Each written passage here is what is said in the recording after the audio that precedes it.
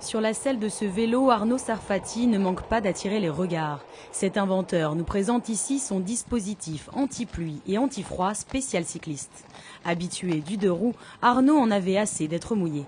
Après un an de recherche, il pense avoir trouvé la solution. Un projet fou ? Je pense que la folie, l'inconscience, c'est un peu le propre des chefs d'entreprise et des créateurs. C'est-à-dire que oui, ça fait peur, mais derrière chaque porte, on voit d'autres choses. Et tant qu'on n'a pas franchi la première porte, quand on crée une entreprise, on ne sait pas ce qu'il y a derrière. Et donc l'idée, c'est il y a une part de folie et d'inconscience, j'en suis conscient. Mais si on ne se lance pas, on ne sait jamais si ça peut aboutir. Cet ingénieur n'en est pas à sa première création. Il y a plus de 10 ans, il lance un des sites leaders de covoiturage. En 2012, il vend cette société. C'est aujourd'hui le début d'une nouvelle aventure. Pour arriver à mettre au point ce système anti-pluie, Arnaud a commencé par réaliser différents prototypes. Tout a commencé chez lui, aux Essarts-le-Roi. Donc là, je suis dans mon garage. J'ai fait beaucoup de pièces avec quelques outils. Donc un étau, un poste à soudure, une paire de pinces et puis du fil de métal.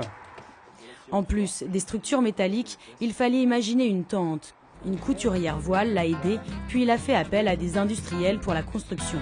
Une quinzaine de prototypes ont été réalisés avant d'arriver au projet final. Alors, comment ça marche ? Explication en images. Première étape, la pose des armatures.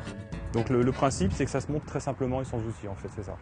Ensuite, on installe la toile. Différents modèles existent pour s'adapter aux différents vélos existants, VTT, de ville et même pliables.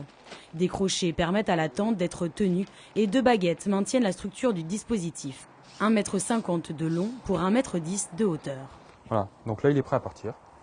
Pour se faire connaître, il se balade en ville protégée du Rouveby et raconte ses aventures sur son blog. Ce créateur propose dès aujourd'hui ses différents modèles en 4 coloris, comptés 98 €. Il a reçu une dizaine de commandes et compte s'attaquer aux pays nordiques. J'ai développé 2 pages, une en allemand, une en anglais, pour que le site internet réponde aussi au référencement dans les différentes langues et qu'il soit visible, donc et accessible par ces différents pays.